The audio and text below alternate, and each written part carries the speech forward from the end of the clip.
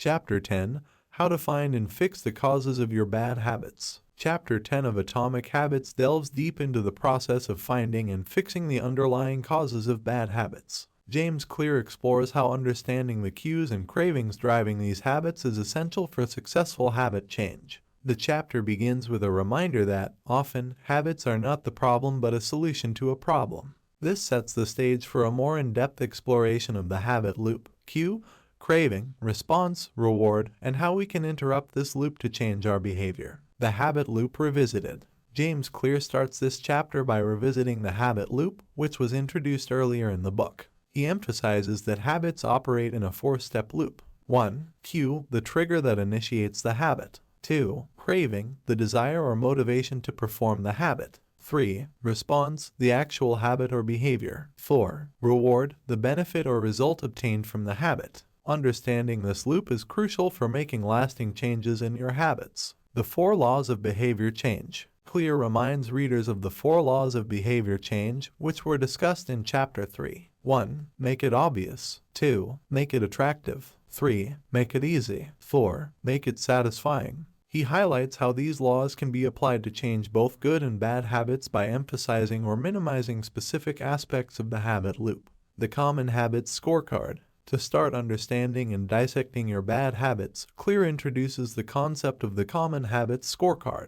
This is a practical tool to help you identify and categorize your daily habits. The Common Habits Scorecard involves creating a list of your daily activities, from the moment you wake up to when you go to bed. You then label each habit as positive, negative, or neutral. This simple exercise helps you gain awareness of your habit landscape and pinpoint the habits you want to change. Identifying the craving behind the habit. To modify a bad habit, you need to identify the specific craving it satisfies. For example, if you're trying to quit smoking, it's not just the physical act of smoking that you need to address, it's the craving for relaxation, stress relief, or a sense of community. Clear introduces the concept of craving-driven habits and highlights the importance of understanding the root cause of your desires. He suggests journaling as a helpful tool to explore the emotions, thoughts, and feelings tied to your bad habits. The 3 R's: reminder, routine, and reward. Another framework Clear presents is the 3 R's model. This model dissects a habit into 3 components. 1. Reminder, the cue or trigger for the habit. 2. Routine, the behavior or action itself. 3. Reward, the benefit or satisfaction derived from the habit.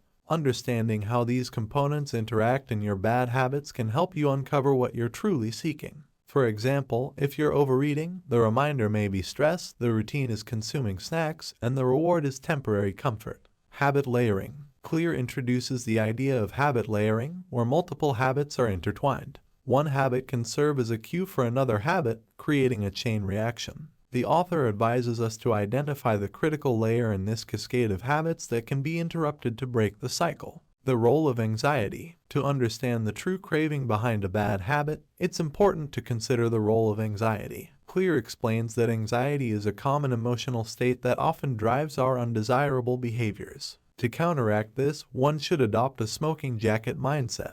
For instance, if you smoke when you're anxious, you can replace the habit with something less harmful, such as sipping herbal tea. Habit reversal training. Clear introduces a strategy known as habit reversal training. HRT is a behavioral therapy approach that involves identifying the cues and rewards of a habit, and then swapping the problematic behavior with a healthier alternative. This therapy is often used in clinical settings for treating conditions like OCD or nail biting.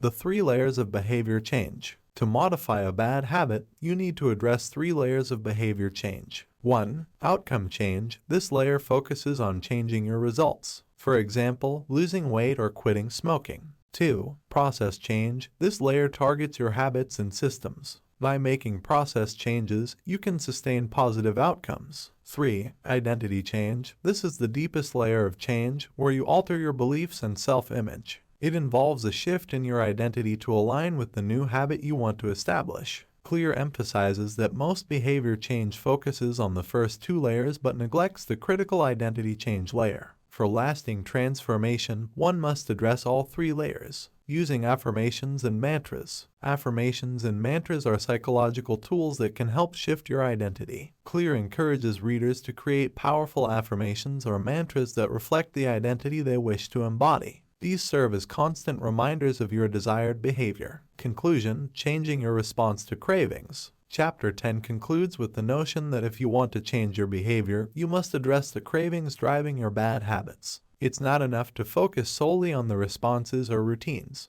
You need to understand the deeper motivations and emotions behind your habits. Once you identify the true source of your desires, you can work on changing your response to cravings. James Clear's book is a practical guide to understanding the mechanisms behind habits and how to make meaningful changes in your life. Chapter 10 provides valuable insights into identifying and transforming bad habits by addressing the root causes, cravings, and the habit loop. By applying these principles, you can begin the journey toward a life filled with positive and lasting habits.